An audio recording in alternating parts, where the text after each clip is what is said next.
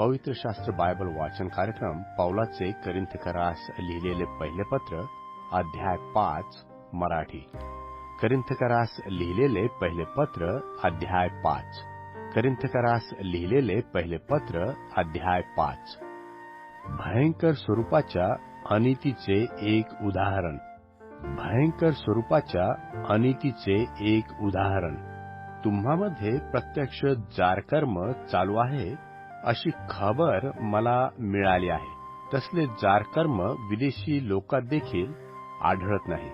अशा प्रकारचे ते आहे. म्हणजे तुम्हातील कोणी एकाने आपल्या बापाची बायको राखिली आहे, तरी तुम्ही फुगला आहात त्यापेक्षा हे कर्म करणारा आपणातून घालविला जावा असे म्हणून शोकाकुल व्हावयाचे असते.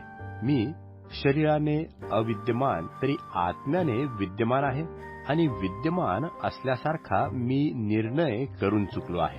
तो असा की ज्याने अशा प्रकारचे हे कर्म केले त्या मनुष्याला तुम्ही व आपल्या प्रभू येशूच्या सामर्थ्याने युक्त असा माझा आत्मा यांनी एकत्र मिळून आपला प्रभू येशू याच्या नावाने देह स्वभावाच्या नाशाकरिता सैतानाच्या स्वाधीन करावे, यासाठी की आत्मा प्रभू येशूच्या दिवशी तरावा.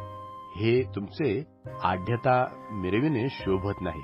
थोडे खमीर सगळ्या गोळ्याला फुगविते हे तुम्हास ठाऊक नाही काय? तर जुने खमीर काढून टाका, यासाठी की तुम्ही जसे बेखमीर लोक आहात तसे तुम्ही नवा गोळा व्हावे.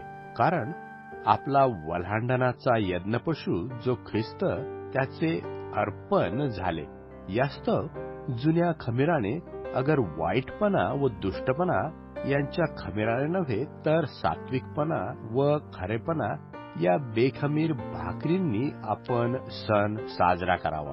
तुम्ही जारकर्म्याची संगत धरू नये असे मी तुम्हास आपल्या पत्रात लिहिले होते. तथापि या जगाचे जारकर्मी, लोभी, वित्तहरण करणारे व मूर्तिपूजक यांची संगत मुळीच धरू नये असे माझे म्हणणे नाही.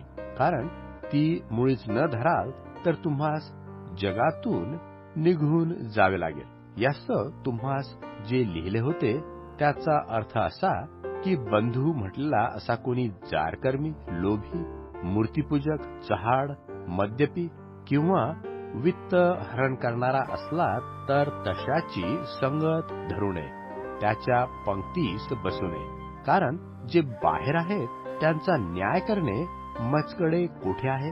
जे आत आहेत त्यांचा न्याय तुम्ही करीत नाही का? जे बाहेर आहेत त्यांचा न्याय परमेश्वर करीत नाही काय? तुम्ही आपणामधून त्या दुष्टाला बाहेर घालवा.